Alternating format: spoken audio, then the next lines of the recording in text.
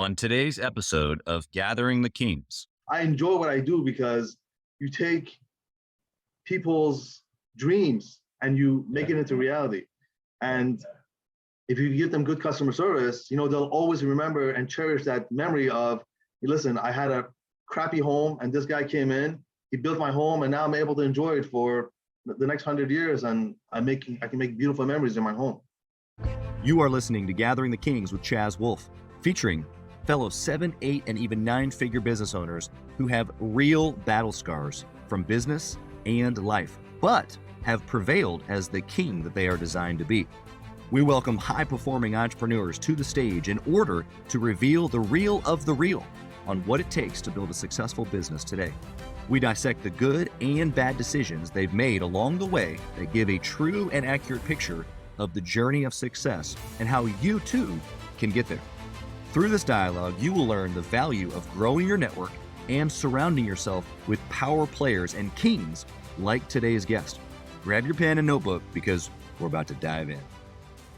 What's up, everybody? I'm Chaz Wolf, Gathering the Kings podcast. Today, I've got Nick Yahoodain here on the King stage. My brother, how are you? Doing well. And yourself? I'm also well. It's a fantabulous Monday here. How did I do on that last name? Very close. Yahoodain. Yeah, so there you go. Everyone knows me as Naveed Nick Yahoodain, but everyone in the building industry knows me as Nick Yahoodain, or they call me short Nick. So nobody really uses last names anymore, I think. So this first name is fine. Thank you. Just Nick. If you heard the podcast, his name is Nick. He's a home builder in LA. Okay, got it. You know the guy now.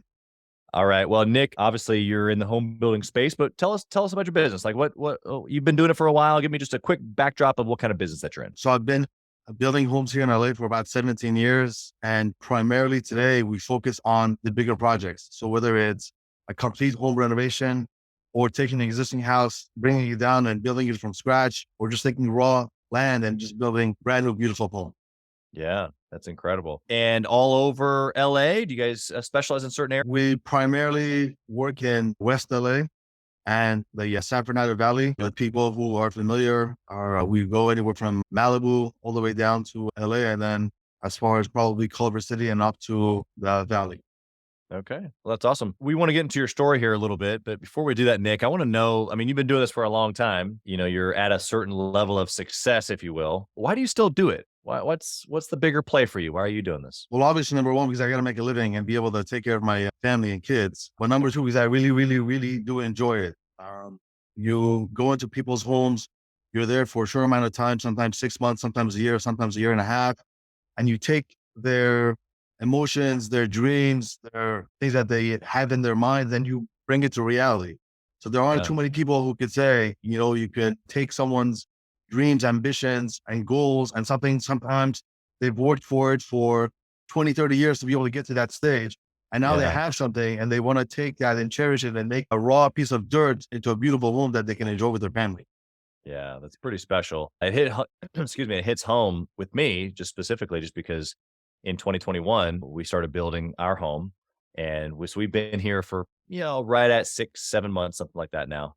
And you're right. It was a dream. It was a thought. It was a hope, many, many years ago, and things that my wife could see, things that I could see, we, melted them together, and now we get to be here.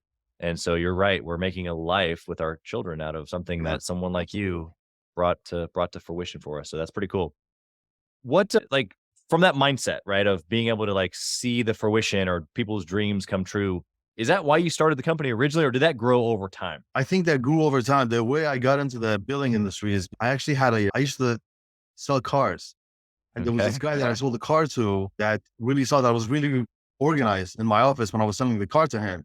So he kept coming to me and he telling me, listen, I know construction. You know how to do paperwork. You know how to run an office.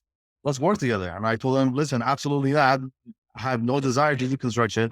I don't really know construction. I have nothing. I'm a little bit handy, but as far as construction and being able to put a home together, I know nothing. Your wheelhouse. So he kept bugging me. Eventually he's like, you know what? Why don't you just help me do the contract and I'll pay you? I'm like, listen, I don't even want your money. Fine. I'll help you do a couple of contracts just to get you on your way. And then maybe you can hire a secretary. So he kept bugging me enough. And then I just did one deal, two deals, three deals, four deals. And now today, I think it's been about 17 years later. He's long due. He's retired. I took over the company, I think about 4 years ago.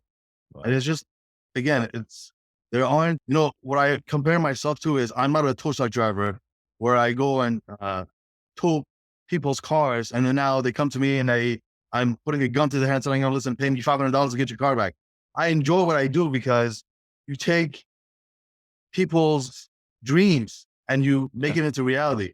And if you give them good customer service, they'll always remember and cherish that memory of, listen, I had a crappy home and this guy came in, he built my home, and now I'm able to enjoy it for the next 100 years. And I can make beautiful memories in my home. Yeah. Yeah. It's pretty special. Very cool. Okay. So practically speaking, you just took over the business fully, I guess 4 years ago, but you were involved, it sounds like, for quite a long time before that. What was a good decision, Nick, that you guys made in business, or maybe that you've made on your own in the last 4 years that you can share with the audience that's just practical? They can write it down. They can go implement it into their business today. I think from very early on, because we're Jewish, we had that implement of let's give people good service. Let's give people fair service and give them fair pricing. So whether it's your average client who's only doing a bathroom or someone who's spending millions of dollars with you, basically treat the janitor and the CEO or the CFO the same way. Because I believe whatever you put out, you're going to get back. And I believe there's more than enough blessings and money in this world for everyone to enjoy. So I think the way you should always approach business is to believe in God and to know that there's a higher being. And that higher being is going to be able to ultimately feed you and your family and everyone else. So I think one of the biggest aspects for me in business is to do business fairly and be able to give everyone respect, especially with home building, because there's a lot of emotion that comes into play. There's a lot of money. People are stressed out. They're working their 9 to 5. They're coming home after that and they see something that they don't like. So emotions can go crazy sometimes. Yeah. But I think the best advice I can give to whether it's a business owner who's been in business for 100 years or just starting out is believe in God and treat people the way you want to be treated. Yeah. Yeah. The two greatest commandments, right? Absolutely. Okay. So that's quite a solid recommendation, I'd say. I agree with those things. Inside of, I want you to give me whether it's a story or maybe a moment in time where your customer service or doing something unto someone, which you want done in return to you. Give me an example of when you did that and it came full circle and it was like, okay, I am so glad that I do this. That is a core belief of mine. You have a story that you can share with us? I think it comes back to me, honestly, every day, because I'm a true believer in God that he only will send you blessings. So the way I try to approach everything, whether it's a client or whether it's the people that work for me, whether it's my neighbors or my office neighbors, or even it's a homeless guy on the street, I think if you give good out, it always comes back to you. And it's come back to me numerous times. I mean, there's I would say 1 million times where you don't even expect. Sometimes you yourself get into a trouble or a headache and out of nowhere, you just see miracle just happen in front of you. And you're just like, wow, I had no idea that, today was going to be a good day for me. And I was able to get out of this headache. So I think it's just numerous times where God has reached out and given me a blessing where it's just, I can give you one specific time. There's one particular that's actually happened not too recently. I mean, this may be a little bit too personal, but I would like to share it because I think people can grow from it. Yeah. So unfortunately, my wife, this is going back about 2 years ago, around Corona time, was diagnosed with a tumor in her brain. Wow.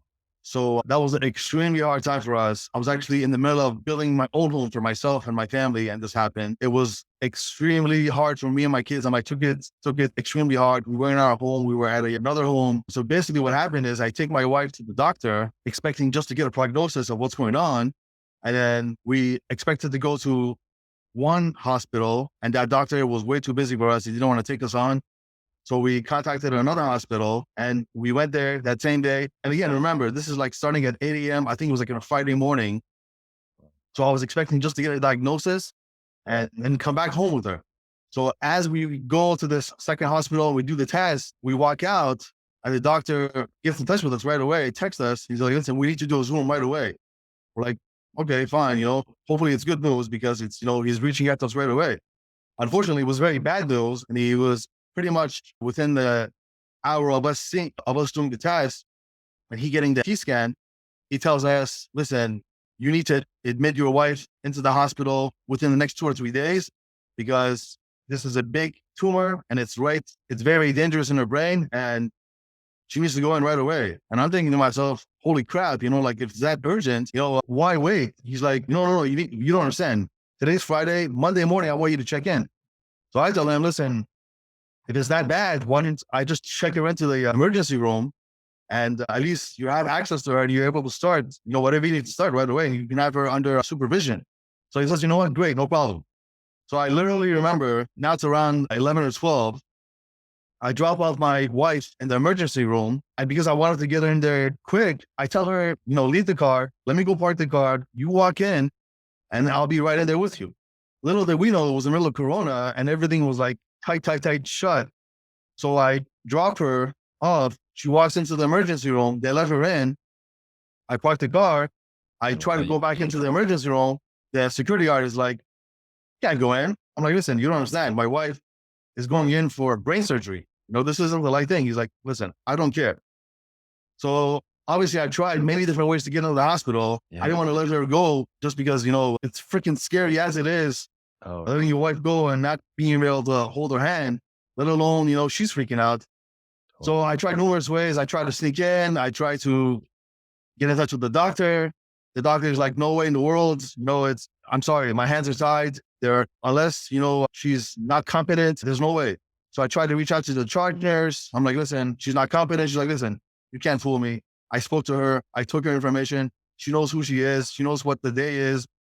You cannot come in. I'm like, what do you want me to do? She's like, so I literally stood there, I think from like 12 in the afternoon to I think 6 or 7 in the afternoon in the parking lot in my car. And they're like, no, we're not going to let you in. So at the end of it, because we keep, Shabbat, at the end of it, I'm like, listen, fine, let me at least go get her food. So I go get her food. I bring the food to her. I drop it off. She has food for the night. Saturday night, I go back to the hospital again. They're like, we're not going to let you in. I think Sunday, they do the surgery. Thank God everything went well. The reason I tell you why this is a miracle is because when I was on the phone with Zoom, it's me, my wife, and the Zoom in the car. We're talking to the doctor. The doctor literally told us that Friday. He's like, listen, there's no easy way for me to tell you this, but I'm going to tell you because it's my obligation as a doctor to tell you. Yeah. If I move my surgical equipment a centimeter the wrong way, there is a chance your wife will not wake up. I'm like, what? He's like, I have to tell you as a doctor, this is an extremely complicated surgery. The tumor is between her 2 brains and it's right there in the between.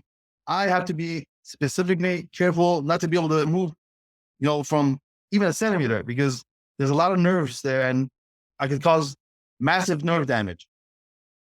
And at this point, my wife was already, one of the reasons we went to the hospital to begin with was because her vision was starting to go. Because apparently this tumor was putting extreme amount of pressure on her brain and she was having vision issues. So, you tell someone that and then you drop them off at the hospital and you can't go in and she has the surgery now and I know I can't go in. So extremely crazy. So this is Sunday, she has the surgery.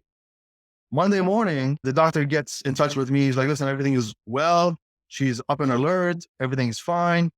She's doing extremely well. And she should be able to go home fairly quickly. I'm like, fine, great, beautiful. So I'm a big believer in giving donations and just, having God protect me at least as far as that's it. So I pray, I do everything I need to do. I go to synagogue. The doctor, I think, gets in touch with me around noon. And I tell my assistant, I'm like, listen, you know what? Give me 26 checks of a small little donation. Let's give them out to these synagogues and a couple of different organizations that we always help out to. Yeah. So I literally remember taking these envelopes and dropping them off in the mailbox. And I remember giving the donations out online that we need to give. So this is within probably 3 minutes. I drop off these donations in the mailbox. And I'm driving up to the light. I get a call from the doctor again. He's like, you know what? Your wife is doing extremely well. She's still in the ICU, but you want to come pick her up? I'm like, what? He's like, come pick her up. I'm like, what are you saying? You know, he's like, I don't know what to tell you, but all I can tell you is from the time we took her off the medication that we were giving her till now, she's reacted extremely well to everything. And something happened that she's fine and well. She can get up and just walk out. So to me, that was like an extreme miracle of God, because you take a person within a matter of 2 or 3 days who has a massive tumor in their brain, you give them a surgery. She's still in the ICU. To that aspect, I still remember this. When I drove up to the hospital, they wouldn't let me go in still. So they were bringing her out. They were bringing her out. The actual charger, she was in the hospital for, I don't know, numerous years. And I said, I had never, ever seen anyone from the ICU department leave and not go to the regular hospital rooms and just walk out of the hospital. He was like blown away. He's like, I've never seen such a, let alone in the Corona times. So I don't know, call me crazy, but I believe in God, because how could it be? You know, like you give us, and it wasn't a huge dollar amount. It was just, I just felt like, you know, you asked my rabbi is like, listen, I know you give donations, but give like 5 cents more than you usually do, or do something for someone, or pray a little bit extra harder.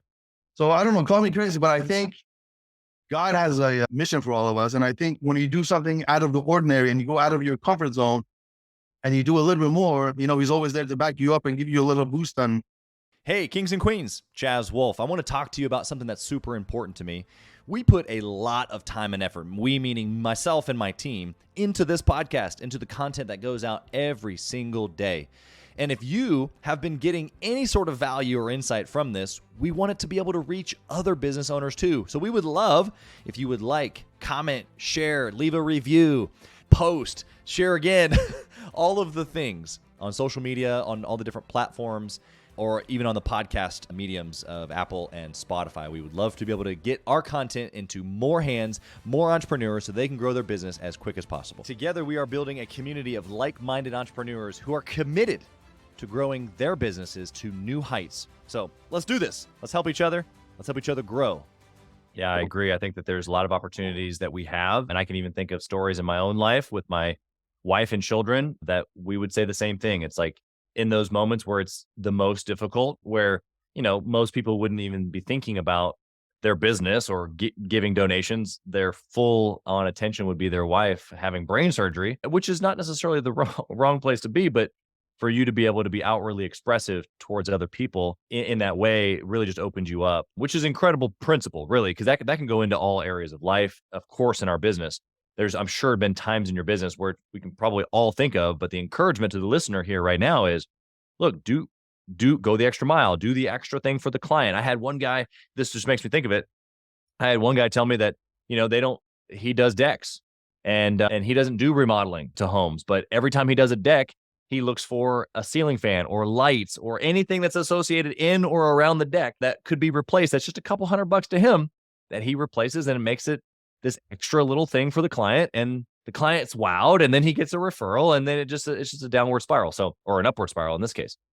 So thank you for sharing that. Super vulnerable. I cannot imagine taking my wife to the hospital for brain surgery. I can only imagine the weight of that feeling for you and your family. So super encouraging to hear that she's well. I want to flip the script. I want to know of a bad choice. Maybe a decision that you made that didn't work out so good, something that we can learn from and maybe steer clear from.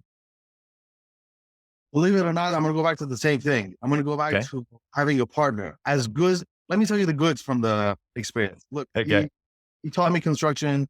Yeah. He taught me everything I need to know to be able to learn and now be on my own and do everything that I need to do. Sure. But anytime I think you put two people together, even if they're brothers, even if they were grown in the same households for 20, 30 years, you're always going to be butting heads.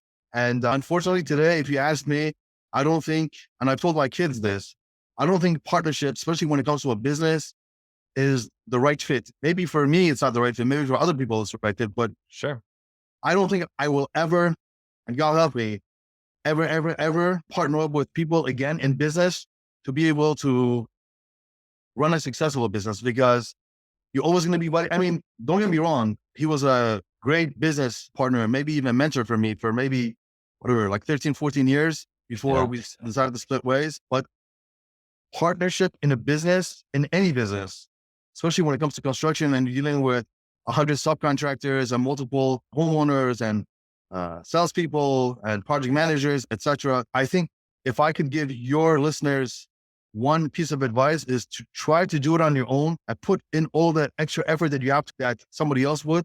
But in the long run, I think you will pat yourself in the back and say, listen, you know what? I was able to do it, and you'll reap obviously all the rewards. But I think people who don't know a business and want to jump into a business are extremely vulnerable and say, listen, there's no way I can do it on my own. But I think you just have to believe. And I think if you believe and you do it step by step, you'll never go wrong. Yeah, no, I can appreciate that perspective. I think that every entrepreneur to a certain level believes that they can do it. Otherwise, they wouldn't have made the jump. But I think the distinction that you're making here is not so much necessarily that you don't need other people, because we do, right? You have a team of people right now, and you've just decided to build a team of people inside your organization as opposed to in a partnership. And that's a knowing yourself type of a thing. I think that there's a knowingness about you where you're like, okay, this is just, I like kind of things a certain way. In essence, is what it comes down to. And they probably like other things a certain way, and that's what clashes. And so it's about knowing yourself. It's about knowing others, about knowing how to put those things together or not. And so I appreciate that distinction for sure. Would you say though, inside the business, even though maybe you don't have a partner today, that putting strategic either personalities or characteristic traits or partnerships from just people, maybe they're not partners in the business, but partners from a people perspective is still equally as important? 100%. I truly, truly believe to have a successful business, you need to have good, qualified professionals who are extremely talented in the business. In my business, my business is not me. My business is the people are there to help me to be able to put a house together. If I didn't have a competent electrician, plumber, drywall guy, Right. Roofer, there's no way in the world I'll be able to get the house done. So one of the reasons I pay my people extremely well and I go to qualified individuals, like if I go to my plumber, tell him to do my electrical, he has no idea what that is. Right. If I go to my painter and tell him, listen, to do stucco, he has no idea what that is. The reason I go to qualified people who specialize in one field is to be able to give my client a cleaner, more beautiful project, pass inspections, and everyone's happy. I don't use a handyman to put a house together because, yeah, maybe we could do it, but they might come out a little bit sloppy. Maybe we won't pass inspection, maybe a little bit cheaper. But in the long term, it's not a quality built product. So I may not want a partner in my business, but I truly, truly believe that the success of my business comes from these qualified people who I've built a relationship with, or some of them, for example, my tile guy, he's been there from day one, 17 years. Wow. So I think if I didn't have those people, I would have nothing to show for when it comes to business life. Yeah, that's good. All right, let's flip the script here again. And we've been talking about good and bad decisions, but I want to know of a process maybe that you have now, been in business 17 years, when you're trying to make a good decision today. What steps do you follow? I think I've been lucky enough to I came to this country when I was, I think, 7 or 8 years old. From the time I came, my dad at 9 years old or 8 years old would take me to work with him. So on Sundays, he didn't want me to just running around the house doing nothing. So he would take me from 9 to 3 and bag groceries for free. It was my uncle's store. I wouldn't get paid. I would get free lunch. But what I think he was trying to teach me is ethic or work ethic or just quality of life, saying that, a dollar is a dollar. So literally I would work, I think, from 9 to 3. And if I was lucky, I would get a couple of bucks an hour as a tip when I took groceries out to put it into people's cars. So I think that taught me a lot in life, just to see the different types of people. You have your working class cashier and bagger all the way to the rich people who would come and shop and everything in between. So I think that truly opened up my eyes. And then I think when I went from another transition in my life was going from private school to public school. And that was like another eye-opening experience. So I think those experiences in my life have had a huge impact because you're able to see the different types of people and you're able to see that, not everyone's going to think like you. Right. Other people are going to have a different mindset. And I think, again, treating people the way you want to be treated will always be the winner for you. You know, you can always win an argument by beating somebody down and making them feel shameful or unrespected. But you can also win the argument in a respectable way and say, listen, we may not agree. Let's agree to disagree. Let's at least come to some sort of means where you're a little bit happy, I'm a little bit happy, and then we're able to continue on. So I think just having the golden rule, right? It's like your North Star. However I'm making decisions today, it's based on would I want this done for me or unto me, right? Absolutely. So I think me being a people person and having different types of experiences in my life has brought that in. I brought that into my life. And you know, when I'm sitting in front of a client or I'm sitting with one of the coworkers or a subcontractor, they may not agree with you in all aspects of what you're doing, but in the long term, I think if you're able to, you know, at least you give a little and they give a little, you're able to come to a good medium. Yeah, 100%. Love that. Okay, I'm going to switch over to our speed round. And my first question in the speed round is about tracking or maybe something specific in your tracking. I want to know, and obviously there's a lot of moving pieces and a lot of things to track inside of a home building business or remodeling even. What would be the one metric that you would choose to track if you could only pick one? Return on investment. Okay. And what I mean by that is if I could truly dial down to every penny that I spend on advertising, marketing, how that would translate into a client. I mean, I think we have a pretty good formula of how we're able to track that. Sure. But if you're able to perfect that, if you could, and obviously you multiply it by 10, 100, 1,000, and be able to bring in more revenue, I think I would work on that. Yeah, that's great. I think that what's the rule in marketing? There is no marketing budget as long as the marketing works. You know, if your $1 brings in $2, there would never be a budget, or you know, as long as it's a profitable too. Okay, what book or maybe resource would you recommend for the listener, small business owner they're trying to grow? My go-to book, whether it's a business owner or to my kids, would be Rich Dad Poor Dad. Just to be able to show them the value of $1 and just to be able to show them that although we have a government and it's set up and running however it's running, I don't think they're always out there to be able to perfect your life. So I think you as an individual should perfect your own life, perfect your kids' life, and teach them the value of $1 and teach them that they really want in this country, whether it's me or the CEO of the greatest bank, can always learn about economics and dollar and how to use your dollar valuably and make it stretch out as much as you need to and be able to use it correctly in every scenario, whether it's your business or personal life.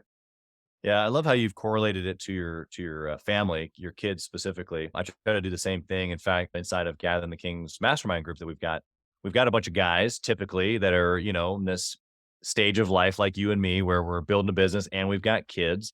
But this conversation comes up often where it's like, okay, what are we doing specifically, you know, to not only just build ourselves, but to build our children. And I think Rich Dad Poor Dad, there's the cash flow book or game. And there's just conversations, you know, that I have with our kids that are around assets, liabilities, work, trading time for money, not trading time for money, you know, investing, all these things that you're referencing. That's not just good for us. Like we better understand that stuff too if we're going to freaking win. But man, what a blessing to be able to put that into, like literally infuse it in, build it into our children, because like you said, it changes your perspective when you can grasp the thing that the government's not going to save you or the, your family even, I grew up single mom family. No one was going to come and give me anything, I was going to have to go get it. So I think that that's super helpful, and what a great book as well. I want to parlay this into my next question, which is, what do you think about intentionally networking or masterminding with other entrepreneurs? I think anything you can do for marketing or advertising is good. Okay. Like they say, there is no bad press. There is no bad marketing. I think it was either a Ford company or Coca-Cola where they say never stop advertising, whether it's in a good time of year, a bad time of year, difficult time. Always put your brand name out there, whether it's on a cap, t-shirt, you have a logo on the car, whatever it is. Always market yourself, because you never know when that next opportunity is going to come, right? It can come from a referral. It can come from a sign. It can come from a hat. So I'm a big believer in advertising always and marketing always. And I think there's always some good will always come out of it. Yeah, that's great. Okay. I've got one last question here for you, Nick. Kind of an introspective question. I want to know if you had the opportunity to whisper in the younger Nick's ear, what would you say? One thing that I'm trying to instill in my kids is I can and I will, meaning I can do it and I will do it and I will be successful in it. And don't be scared and take that risk that you think is unbearable or you're not able to do it. I don't think there's any, I think if God put you there in that particular scenario, in that situation, it's doable. It may seem undoable to you, but I think if you do it step by step, you can climb a mountain if you want, just, step by step by step by step. I can and I will, I think will go a long, long, long way. Yeah. Yeah. Just the core foundational principle that you're sharing is that, that God doesn't put us in places that we can't handle, even though we may not feel like we can handle it. If we have that belief that we wouldn't be placed in a scenario that isn't figured outable, or that we can't continue just to keep another step after the other one just to get up the mountain, I think is super big. It's perseverance, it's persistence. It's, we can go down the list of how to describe this attribute, but you're 100% right. Nick, how can the listener connect with you? Whether they have just related to you and they want to reach out, maybe they're in LA, they want to build a home. Like, how can they find you? Well, obviously you can go to our website, abclosangeles.com, ABC for Advanced Builders and Contractors, Los Angeles, just like the way it's spelled.com. You can call us 888-930-1030. Find us on social media all over the place. Yeah, we're here. We're here to build homes. Very cool. Well, we'll put all that in the show notes so they can easily connect with you. You've been inspirational. Thank you for sharing about your family. That's always hard to do, but I think that every entrepreneur out there has a story, and sometimes they just need a guy like you, maybe just a little further down the road, share a couple pieces of perspective to help them get to the next level. So thank you for doing that for them here today. And we wish you nothing but success and blessing in your family and all of your businesses. Thank you very much. Thank you very much for the opportunity. Thank you for listening to Gathering the Kings today. I hope that you were able to pull out a few nuggets to go apply into your business right away. More importantly, though, I hope that you're realizing that it takes more to be successful than just being by yourself, doing it all on your own, carrying the weight all by yourself. What I have realized, not only in my own journey from multiple businesses and multiple different industries, and now interviewing over 200 or 300 other very successful 7, 8, and 9-figure business owners, is that it's tough to do it alone. And so Gathering the Kings exists to bring together successful entrepreneurs. In fact, we are putting together 1,000 kings, specifically who are grateful but not done. We're intentionally assembling kings who fight tooth and nail for their business, family, and communities. And here's what we believe, that in the pursuit of excellence in those areas, that it ignites within us the responsibility to govern power and forge a lasting legacy. So if that relates and resonates with you, and you know that you need people around you, sharp, qualified, other very successful business owners, I want you to go to gatheringthekings.com. I want you to take a look at what we're doing and see if it makes sense for you to be part of our pursuit to 1,000 kings. Talk soon.